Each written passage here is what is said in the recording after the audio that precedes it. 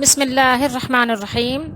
ہماری line drop ہو گئی تھی تو اللہ تعالیٰ نے شہد کی مکھی کے لیے فرمایا وَأَوْحَىٰ رَبُّكَ إِلَى النَّحْلِ أَنِ اتَّخِذِي مِنَ الْجِبَالِ بُيُوتًا وَمِنَ الشَّجَرِ وَمِمَّا يَعْرِشُونَ.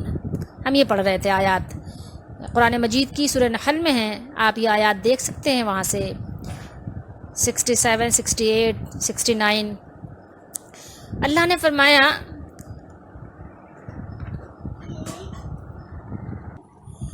کہ کیا فرمایا اللہ تعالیٰ نے کہ اور تیرے رب نے وَأَوْحَىٰ تیرے رب نے شہد کی مکھی کی طرف وحی کی کہ کچھ پہاڑوں میں سے گھر بنا اور کچھ درختوں میں سے اور کچھ اس میں سے جو لوگ چھپر بناتے ہیں یعرشون.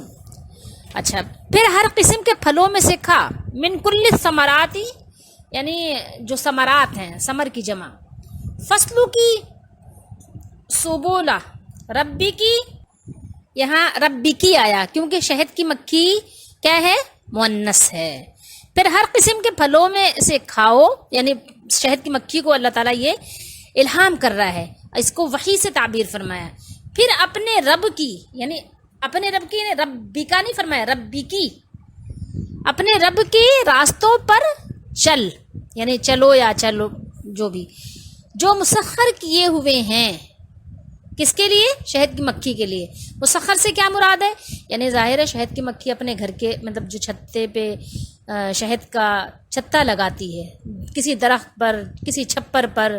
چھپر جیسے آپ نے دیکھا ہوگا نا باغوں وغیرہ میں جو چھپر ہوتے ہیں اس کے علاوہ جھوپڑیوں کے جو چھپر ہوتے ہیں تو بہرحال اس میں شہد لگا دیتی ہے. خود میرے اپنے گھر میں بھی شہد لگتے تھے بچپن میں. میری والدہ ماجدہ بہت سارا ایک تسلا بھر کے شہد نکالا کرتی تھی. ہر سال ہمارے گھر میں تقریباً 6 مہینے میں شہد کی مکھیاں شہد تیار کرتی ہیں. تو بہرحال تو ایک چھتے میں ان کے 7 جو ہے نا وہ ہوتے ہیں 7 گھر ہوتے ہیں. سمجھ لیں کہ بڑے ٹائپ کے ہوتے ہیں جیسے ایک پلیٹ نہیں ہوتی تو موٹی سی پلیٹ وہ موم کی پلیٹ ہوتی ہے اس میں سوراخ ہوتے ہیں گول گول ایسے خوبصورت ایک ہی جیسے اور وہ 7 نکلتے ہیں ایک ساتھ. اور اگر آپ نے تھوڑا سا ٹائم ویسٹ کیا دیر لگائی نا تو وہ خود ہی کھا کے ختم کر دیتی ہیں نکل جاتی ہیں. اچھا بہرحال تو وہ ان کی 7 پلیٹیں ہوتی ہیں گول گول سی تو اس میں پورا سب میں شہد بھرا ہوا ہوتا ہے اور وہ جو ہے آپ نا موم کی طرح اس کو چوس لو اور اس کو نچوڑ کے نکال بھی لو. بہہ رہا ہوتا ہے شہد اور نکالنا بھی بڑا مشکل کام ہوتا ہے کوئی آسان کام نہیں ہوتا شہد نکالنا. تو وہ ایسی جگہ لگاتی ہیں جہاں پہ کوئی ان کو ڈسٹرب نہ کرے. کسی ایسی جگہ نہیں لگاتی جہاں ان کی ڈسٹربنس ہو کوئی آ رہا ہو جا رہا ہو. بہت یعنی پرسکون جگہ پہ لگاتی ہیں شہد. تو اللہ تعالیٰ نے ان کے لیے راستے کس طرح مسخر کر دیے آسان کر دیے کہ اب ظاہر ہے کہ مثال کے طور پر ایک درخت پر انہوں نے شہد لگایا. درختوں پہ بہت لگاتی ہیں کثرت سے جنگلی درختوں پہ. تو ایک درخت پر انہوں نے شہد لگایا ہوا ہے. اب وہ جا رہی ہیں صبح سے نکل کے کتنی دفعہ ان کو جانا آنا ہوتا ہے جاتی ہیں کسی اپنے کام سے اور کہیں پھلوں کا رس چوستی ہیں کہیں اپنے غذا کے لیے جاتی ہیں جو بھی کچھ بھی اور پھر وہ آرام سے بغیر کسی ایڈریس کے واپس اسی جگہ پہ آ جاتی ہیں کسی اور کی جگہ پہ نہیں جاتی. تو اللہ تعالیٰ نے ان کے لیے راستے کو کتنا نرم اور آسان فرما دیا ہے. سبل سبیل کی جمع ہے راستہ راستے ان کے لیے راستے آسان کر دیے ہیں. یہ حال بن رہا ہے یہاں پر. بہرحال اب اس کو چھوڑیں آپ. پھر اللہ نے فرمایا یخرجو کیا ہے ان کے پیٹوں سے پینے کی ایک چیز. یخرجو نکالتا ہے اللہ تعالیٰ ٹھیک ہے پینے کی ایک چیز من بطونہا بطن کی جمع ہے ان کے پیٹوں سے. یہاں ہا ضمیر بھی بتا رہی ہے کہ یہ شہد کی مکھی جو ہے وہ کیا ہے وہ ہے مؤنث ہے. شراب مختلف الوانہ فیہ شفاء للناس. یہ دیکھیے الوان جو ہے نا لون کی جمع ہے. اس کا مطلب ہوتا ہے رنگ یعنی اس کے رنگ بھی الگ الگ ہیں. آپ دیکھیں ایک ہی رنگ کے سارے شہد نہیں ہوتے الگ الگ رنگوں کے ہوتے ہیں. کچھ ڈارک ہوتا ہے کچھ تھوڑا لائٹ ہوتا ہے مختلف طرح کے یعنی ان کے کلر ہوتے ہیں. شہد کی یعنی جو شہد کے کلر ہوتے ہیں مختلف طرح کے ہوتے ہیں. تو یہ بھی ایک اللہ تعالیٰ کی اس کی قدرت کی نشانیوں میں سے ہے. جیسے دودھ ہے ایک ہی رنگ کا ہوتا ہے سفید ہی سفید ہوتا ہے. اب یہاں دیکھیے کہ اللہ تعالیٰ نے شہد کی مکھی کو ایک بات سمجھا دی سکھا دی خفیہ طریقے سے جو میں اور آپ نہیں جانتے. تو اب اس کو یہاں کیا کہیں گے الہام کہیں گے یعنی دل میں بات کو ڈال دینا. شہد کی مکھی کے دل میں بات اللہ تعالیٰ نے ڈال دی. تو یہ اللہ تعالیٰ کا یعنی شہد کی مکھی اللہ تعالیٰ کا خاص عطیہ ہے. تو اسی لیے اس کو نحل کہا جاتا ہے. شہد کی مکھی کو کیا کہتے ہیں نحل ٹھیک ہے. اور جو اس کو یہ عطیہ یعنی آپ کا گفٹ تحفہ اسی طریقے سے اللہ نے نہیں فرمایا جیسے قرآن میں سورہ نساء میں وآتوا النساء صدقاتہن نحلہ اور عورتوں کو ان کے مہر بطور عطیہ یعنی خوش دلی سے دو. مہر کو بھی اللہ تعالیٰ نے کیا فرمایا؟ نحلہ فرمایا. اب خیر باتیں بڑی طویل ہو جاتی ہیں، اس کی ضرورت نہیں ہے. اب ہم ایک چیز پڑھتے ہیں اور مزید. سورہ شمس میں ہے، پڑھا ہوگا سب نے، 30ویں پارے کی صورت ہے. وَنَفْسٍ وَمَا سَوَّاهَا فَأَلْهَمَهَا فُجُورَهَا وَتَقْوَاهَا. کیا فرمایا؟ اور نفس کی اور اس ذات کی قسم جس نے اسے ٹھیک بنایا، سواہا، پھر اس کی نافرمانی، فَأَلْهَمَهَا یعنی الہام کر دیا، ڈال دیا نافرمانی، فجورہا فجور نافرمانی، اور اس کی پرہیزگاری کی کیا ہے؟ پہچاننے کی صلاحیت اس کے دل میں اللہ نے ڈال دی. تو کیا ہوا؟ یہ بھی یہاں پر یہ اللہ تعالیٰ نے یعنی دل میں ڈالنے کی بات فرمائی. البتہ یہ بات اور ہے کہ انسان اور دوسری مخلوق کا فرق یہ ہے کہ دوسرے سب فطری ہدایت کے پابند رہتے ہیں. جیسے جانور ہیں کہ جب ان کا پیٹ بھر جائے تو مجال نہیں کہ وہ ایک لقمہ بھی کھائیں. آپ گدھا جیسے گدھا ہے نا، جسے سب کن ذہن سمجھتے ہیں، اللہ تعالیٰ کی لیکن فطری ہدایت کے تحت کیا ہے؟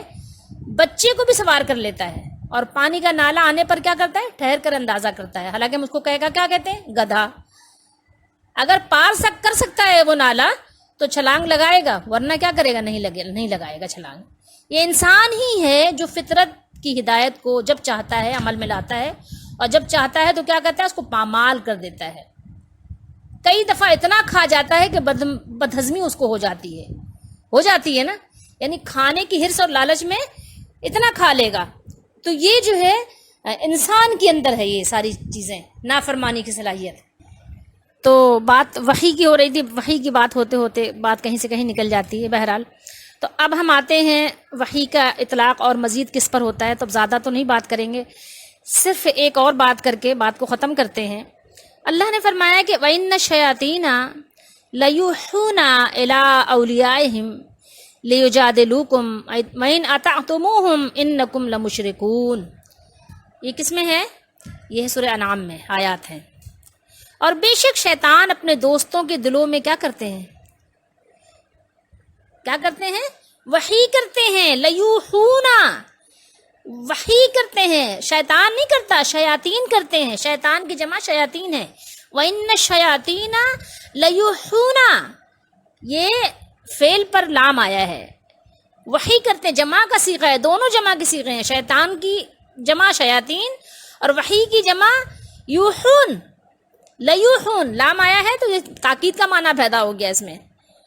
الا اولیائہم، ولی کی جمع اولیاء ہے، دوست ہے نا، قریب قربت والا، جو بہت قریب بیٹھنے والا ہو، بہت ساتھ رہنے والا ہو، بہت کام آنے والا ہو، بہت مدد کرنے والا ہو.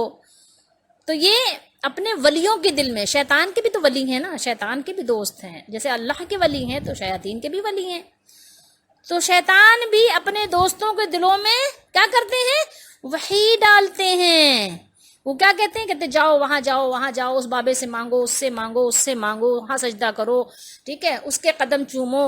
اللہ کے ٹھکانے سے الگ کر دیتے ہیں، اور پتہ نہیں لوگوں کو در در کی ٹھوکریں کھانے کی وحی کرتے ہیں شیطان. اور کیا کرتے ہیں کہ لیجادلوکم، اور وحی کس بات کی ڈالتے ہیں؟ کہ تم سے جھگڑیں. کس سے؟ ایمان والوں سے، انبیاء کی زندگی میں انبیاء سے، اور پھر ان کے پیروکاروں سے، ٹھیک ہے. اور اگر تم نے ان کی اطاعت کی تو تمہارا شمار کیا ہوگا؟ مشرکوں میں ہوگا. وَإِنْ أَطَعْتُمُوهُمْ، اور اگر تم نے ان کی اطاعت کر لی، إِنَّكُمْ کیا ہوگا؟ لَمُشْرِكُونَ، اگر تم ان کی اطاعت کرو گے، اگر تم نے اطاعت ان کی کر لی تو تمہارا شمار کس میں ہو جائے گا؟ مشرکوں میں ہوگا. سوچنے کی، غور کرنے کی بات ہے. ہمیں شیطان کی چالوں کو بہت سمجھنے کی ضرورت ہے. شیطان طرح طرح سے، کیونکہ شیطان کا وحی کرنا بہت آسان ہے، اور شیطان یا شیاطین بہت وحی کرتے بھی ہیں ہمارے دلوں میں، مختلف طرح کے خیالات کے، بہت ہی طرح کے ان کی یعنی وحی ہوتی رہتی، کیونکہ وہ تو ہمارے اندر ہی رہتے ہیں، ہمارے خیالوں سے واقف ہیں شیاطین. ہمارے خیالوں میں کیا خیالات گزر رہے ہیں، ہمارے دلوں میں کیا خیالات گزر رہے ہیں، ہمارے دماغ میں کیا چل رہا ہے، شیاطین واقف ہیں. کیسے واقف نہیں ہے؟ ہمارے رگے جان یعنی ہمارے خون کے دوران کے ساتھ چل رہا ہے شیطان. حدیث شریف کا مفہوم ہے، ہمارے خیالوں سے واقف ہے.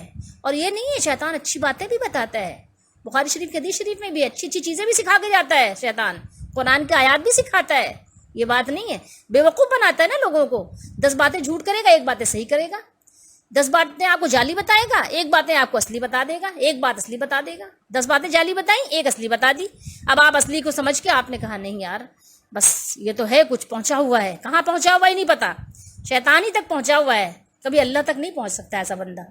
تو وحی کو پہلے سمجھیں، جب ہم وحی کو سمجھ لیں گے نا کہ وحی کیا چیز ہے، تو اب وحی کا نزول کس پر ہوتا ہے؟ محمد الرسول اللہ صلی اللہ علیہ وسلم، انہی پر ہوا ہے، آخری نبی وہی ہیں اور انہی پر وحی کا نزول ہوا اور انہی پر ختم ہو گیا۔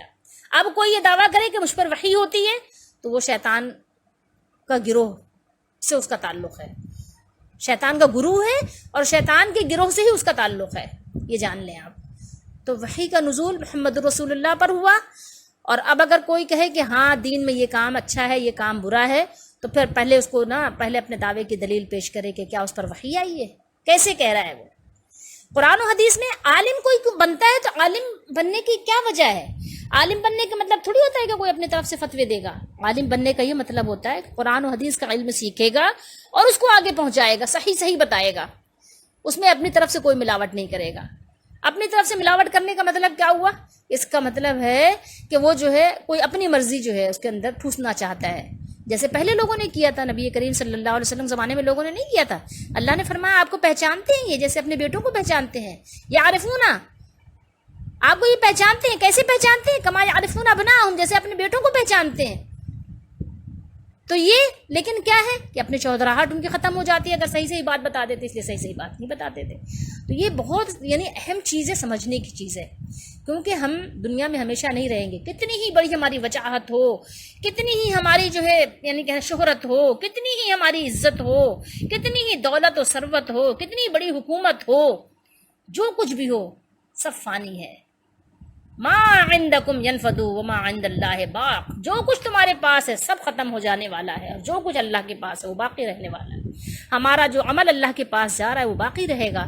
تو بہت ہی زیادہ غور و فکر کرنے کی ضرورت ہے کہ ہم ہدایت پر ہیں کہ نہیں ہیں، ہم صحیح راستے پر ہیں کہ نہیں ہیں، ہم اپنی مرضی کا فتویٰ مسلط تو نہیں کر رہے دین اسلام کے نام پر۔ تو بہت زیادہ غور و فکر کریں، کیونکہ مرنے کے بعد واپسی کا کوئی راستہ نہیں ہے، ہم واپس نہیں آئیں گے۔ ہمارا یہ ایمان نہیں ہے کہ واپس آنا ہے، ہمارا یہ عقیدہ نہیں ہے کہ مرنے کے بعد دوبارہ پھر آنا ہے دنیا میں۔ بس گئے تو گئے، اب کوئی آپشن نہیں ہے، کوئی چوائس نہیں ہے، چلے گئے تو چلے گئے۔ اس لیے ابھی ہمیں اپنا آپ کو صحیح کرنا ہے، اپنے عمل کو ابھی صحیح کرنا ہے۔ اللہ توفیق دے، وما توفیق